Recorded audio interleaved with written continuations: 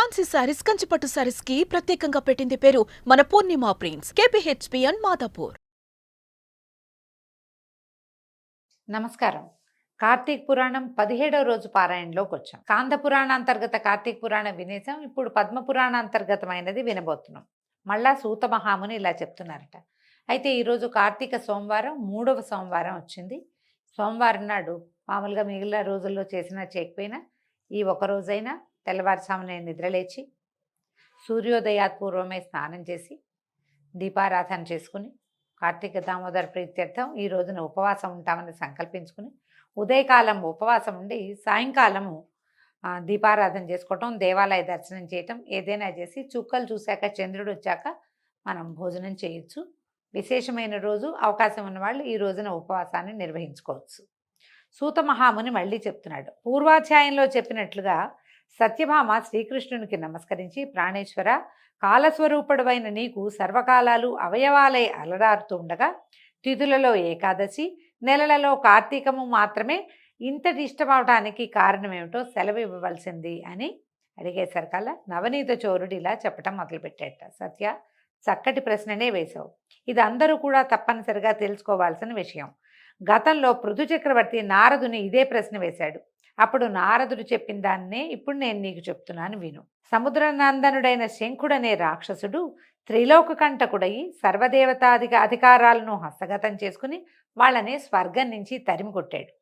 పారిపోయిన దేవతలు తమ తమ భార్య బంధువులతో సహా మేరుపర్వతపు గుహలలోకి పోయి తలదాచుకున్నారు. మేరుపర్వతం అనేది బంగారు పర్వతం అని చెప్తారండి. స్వర్గానికి వైకుంఠానికి మధ్యదారిలో ఉంటుందట. అయినా శంఖుడికి తృప్తి కలగలేదు. పదవులు పోయినంత మాత్రాన పటుత్వాలు పోతాయా? పదవి లేనప్పుడే పునః దాన్ని సాధించుకోవటం కోసం వాళ్ళు తమ తమ బలాలని పెంచుకుంటారు. ఆ రీత్యా వేదమంత్రాల వల్ల దేవతలు శక్తివంతులయ్యే అవకాశం ఉంది కనుక వేదాలను కూడా తన కైవసం చేసుకోవాలనుకున్నాడు. విష్ణువు యోగ నిద్రాగతుడైన ఒకానొక వేళలో బ్రహ్మ నుంచి వేదాల్ని ఆకర్షించాడు. కానీ యజ్ఞమంత్ర బీజాలతో కూడిన వేదాలు శంఖుని చేతి నుంచి తప్పించుకుని ఉదకాలలో నీళ్లలో తలదాచుకుని సముద్ర జలాలలో ఉండిపోయినాయట. అది గుర్తించిన శంఖుడు సాగరంలోకి గర్భంలోకి ప్రవేశించి వెతికాడు, కానీ వాటిని పసిగట్టలేకపోయాడు. అంతలోనే బ్రహ్మ పూజాద్రవ్యాల్ని సమకూర్చుకుని మేరుగుహాలయ వాసులైన దేవతలందరినీ వెంబడిపెట్టుకుని వైకుంఠానికి చేరాడు. సమస్త దేవతానేకము కలిసి వివిధ నృత్యవాద్య గీతనామ స్మరణాదులతోనూ ధూపదీప సుగంధ ద్రవ్యాలతోనూ కోలాహలం చేస్తూ యోగ నిద్రాముద్రాభిరాముడైన శ్రీహరిని మేల్కొల్పే ప్రయత్నం చేశారు.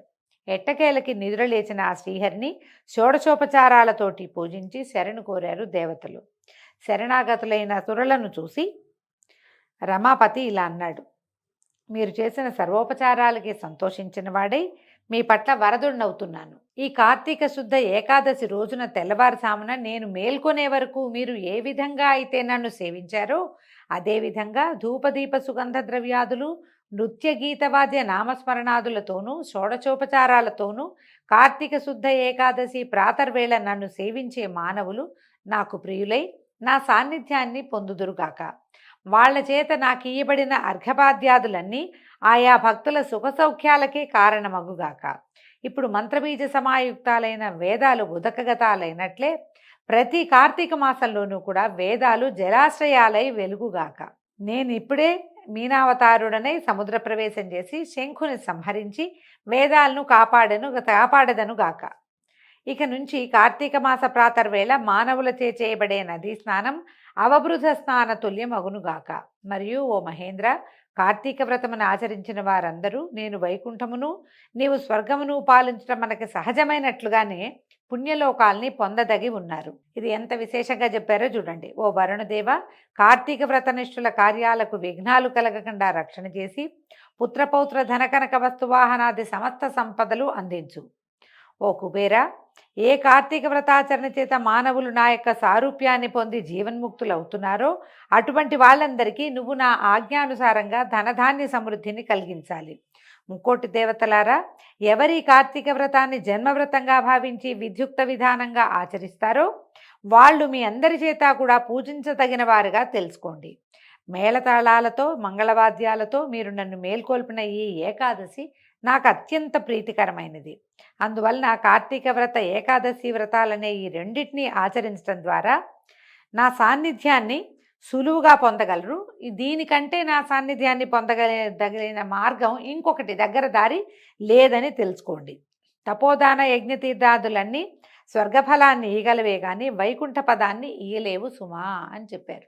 అంటే వేదాలను రక్షించడానికి భగవంతుడు మీనావతారుడుగా అవతరించే ముందు అప్పుడు కార్తీక మాసమే ఉన్నది. కార్తీక ఏకాదశి నాడే ఆయన యోగ నిద్రలోంచి లేచాడని, అప్పటి నుంచి ప్రతి కార్తీకంలోనూ వేదాలు ఇలాగ సముద్రగతాలుగా అంటే జలగతాలుగా ఉంటాయని మనం ఏం చెప్పుకుంటామంటే, విష్ణువు వ్యాపనశీలుడైన విష్ణువు జలాలలో వ్యాపించి ఉంటాడు. గంగ ద్రవరూపాన్ని ధరించి ప్రతి చోట జలాశయాల్లో ఉంటుందని మనం సాధారణంగా చెప్పుకుంటాం. పురాణాల్లో ఏం చెప్తున్నారంటే, వేదాలు కూడా నదీ జలాల రూపాన్ని పొంది జలాలలో ఉంటాయి కాబట్టి అవబృధ స్నానం అంటే యజ్ఞాంతంలో చేసేటువంటి స్నానం యజ్ఞ ఫలితం మొత్తాన్ని ఇచ్చినట్టుగా ఈ వేదాల స్పర్శతోటి ఉన్నటువంటి జలాలు మనకి ముక్తిని, మోక్షాన్ని ఇస్తాయని చెప్తున్నారు. అయితే భగవానుడైన శ్రీ మహావిష్ణువు దేవతలకలా ఉపదేశించిన వాడై తత్క్షణమే మహామత్స్య శాబకమై చిన్న చేపపిల్లగా మారి వింధ్యపర్వతమందలి కశ్యపుని దోసిలి జలాలలో తోచాడు. కశ్యపుడు ఆ చేపపిల్లను తన కమండలంలో ఉంచాడు. మరుక్షణమే ఆ మీనపు కూన పెరిగిపోవటం గమనించి ఆ కమండలం చాలలేదన్నమాట, పెద్ద పాత్రలో ఉంచాడు. పాత్రని మించి మీనపు శాపకం ఈ చేపపిల్ల పెరిగిపోయేసరికల్లా రెప్పపాటులో పెరిగిందట. అప్పుడు ఏం చేశాడు, దాన్ని ఒక నూతిలోకి మార్చాడు. ఆ శఫరీ శిశువు నూతిని మించి ఎదిగిపోవటంతో కశ్యపుడు దానిని ఒక సరస్సులో ఉంచాడు. కానీ విష్ణుమీనం సరస్సుని కూడా అధిగమించి పెద్దదైపోవటంతో దానిని తీసుకొచ్చి సముద్రంలో వదలవలసి వచ్చింది. ఆ మహాసముద్రంలో మత్స్యమూర్తి విపరీతంగా పెరిగి శంఖుని వధించి వాడిని తన చేతి శంఖంగా ధరించి బదరీవనానికి చేరి అక్కడ ఎప్పటి వల్లే విష్ణు రూపాన్ని వహించి ఋషులను చూసి, ఓ మునులారా, వేదాలు ఉదకాలలో ప్రవేశించి రహస్యంగా దాక్కుని ఉన్నాయి. మీరు వెళ్ళి జలాంతర్గాములైన ఆ వేదాలను వెదికి తీసుకురండి. నేను దేవగణ సమాయుక్తుడనై ప్రయాగలో ఉంటానని ఆజ్ఞనిచ్చాడు. విష్ణుఆజ్ఞని శిరసాధరించిన ఋషులు సముద్రంలోకి వెళ్ళి ఆ యజ్ఞబీజాలతో కూడిన ఉన్నటువంటి వేదాన్వేషణ ప్రారంభించారు. ఓ పృథు మహారాజా, ఆ వేదాలలో నుంచి ఆ ఋషులకు ఎవరికెంత లభ్యమైందో అది వారి శాఖ అయినది. వాళ్ళు ఎతకడానికి వెళ్ళారు. ఒక కాగితంగా పుస్తకంగా లేదండి, స్వరసహితంగా ఉన్నాయట. ఎవరు దేన్ని పట్టుకోగలిగారో ఆ శాఖ వాళ్ళదైందనమాట. తదాదిగా ఆయా శాఖలకు వారు ఋషులుగా ప్రభాసించారు. అనంతరము వేదయుతులై ప్రయాగయందున్న విష్ణువుని చేరి వేదాలని తెచ్చామని చెప్పారు. విష్ణువాజ్ఞపై ఆ సమస్త వేదాలను స్వీకరించినటువంటి బ్రహ్మ ఆ శుభవేళను పురస్కరించుకుని దేవతలతోనూ ఋషులతోనూ కూడినవాడే అశ్వమేధ యాగాన్ని ఆచరించాడు. యజ్ఞానంతరము సమస్త దేవ గంధర్వ యక్షపన్నగ గుహ్యకాదులందరూ కూడి శ్రీహరినిలా ప్రార్థించారు. ఓ దేవాధిదేవా జగన్నాయక, మా విన్నపాలను విను. అత్యంత సంతోషదాయకమైన ఈ సమయంలో మాకు వరప్రదాతవై మమ్మల్ని కాపాడు. హే లక్ష్మీనాథ, నీ అనుగ్రహం వల్లనే బ్రహ్మ తాను నష్టపోయిన వేదాలను ఈ స్థలంలో పొందగలిగాడు. కాబట్టి నీ సమక్షంలో మేమందరము కూడా యజ్ఞంలోని ఆవిర్భాగాలను కూడా పొందాము. కాబట్టి నీ దయ వలన ఈ చోటు భూలోకంలో సర్వశ్రేష్టమైనది, నిత్యము పుణ్యవర్ధకమైనది, ఇహపర సాధకమైనదిగా అగుగాక. ఇదే విధంగా ఈ కాలంలో మహాపుణ్యవంతమైనది, బ్రహ్మహత్యాది పాతకాలను సైతం తొలగించేది, అక్షయఫలకరమైనది అయ్యేటట్టుగా కూడా వరాన్ని అనుగ్రహించు అని ప్రార్థించారు. ఇదన్నీ విన్నటువంటి ప్రార్థనలు వింటూనే వరదుడైన శ్రీహరి దివ్యమందహాసాన్ని చేసి ఏమన్నాడు, దేవతలారా, మీ అభిప్రాయం నాకు కూడా సమ్మతమైందే. మీ వాంఛితం ప్రకారమే ఇది పుణ్యక్షేత్రం అగుగాక. ఇక నుంచి బ్రహ్మక్షేత్రం అనే పేర ప్రఖ్యాతిగా కాంచునుగాక. అనతి కాలంలోనే బ్రహ్మ సూర్యవంశీయుడైనటువంటి భగీరథుడు ఈ క్షేత్రానికి గంగను తీసుకువస్తాడు. ఆ గంగ సూర్యసుత అయిన కాళింది ఈ పుణ్యస్థలిలోనే సంగమిస్తాయి. ఇది ప్రయాగ గురించి చెప్తున్నారండి. బ్రహ్మాది దేవతలైన మీరందరూ నాతో కూడుకున్నవారే ఈ తావునే సుస్థితులగుదురుగాక. ఇది తీర్థరాజముగా ఖ్యాతి వహించునుగాక. ఈ నెలవునందు ఆచరించే జప తపో వ్రత యజ్ఞ హోమార్చనాదులు అనంత పుణ్యఫలదాలై నా సాన్నిధ్యమును అందించుగాక. అనేకానేక జన్మకృతాలైన బ్రహ్మహత్యాది ఘోరపాతకాలు సహితం ఈ క్షేత్ర దర్శన మాత్రం తోటే నశించిపోతాయి. ఇక్కడ నా సామీప్యంలో మరణించిన వాళ్ళు నాయందే లీనమై మరుజన్మ లేని వాళ్ళు అవుతారు.